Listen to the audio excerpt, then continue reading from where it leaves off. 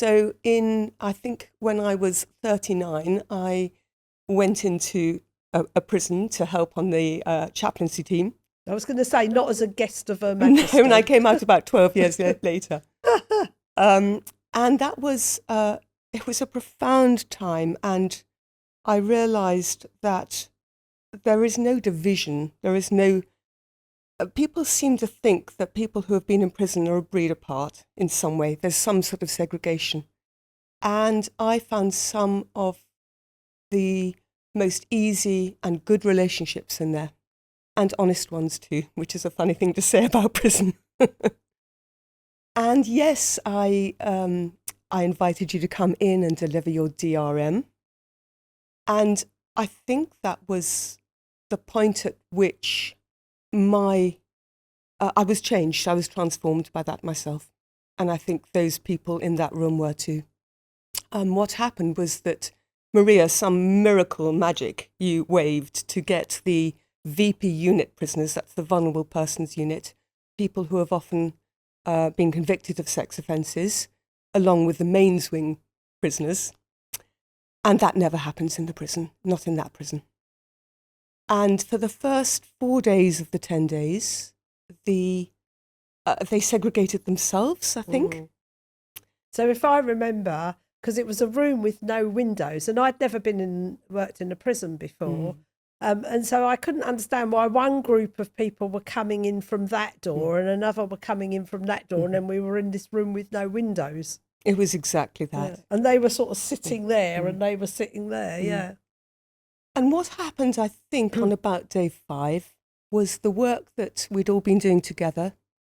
They had the space to listen to one another, to connect with each other, to understand about needs and feelings, and there was a humanization. So no longer were people monsters. They were people who were just like each other.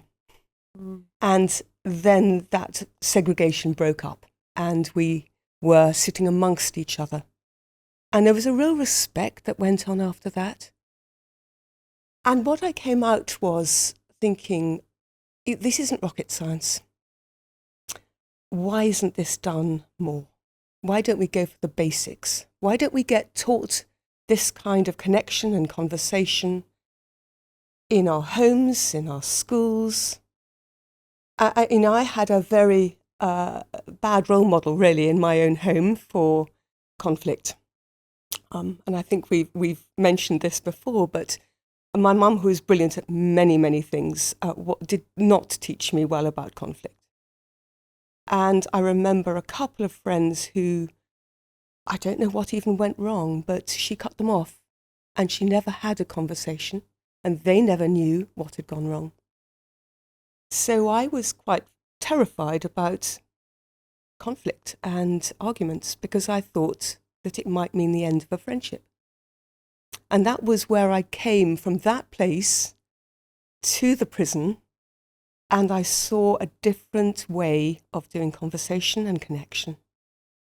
And honestly, Maria, that was transformative because suddenly I had a safe place to go with conflict. I'd never had a safe place. It was make it up as you go along. And you'd be sucked down into this awful vortex of help. It's all going wrong. The alarm bells are going off in my head. The conversation, the argument has become about something different from how we started. I don't know where it's going. It's getting worse. And I don't know where it's going to end. And so I had a terror of that sort of conversation, Maria.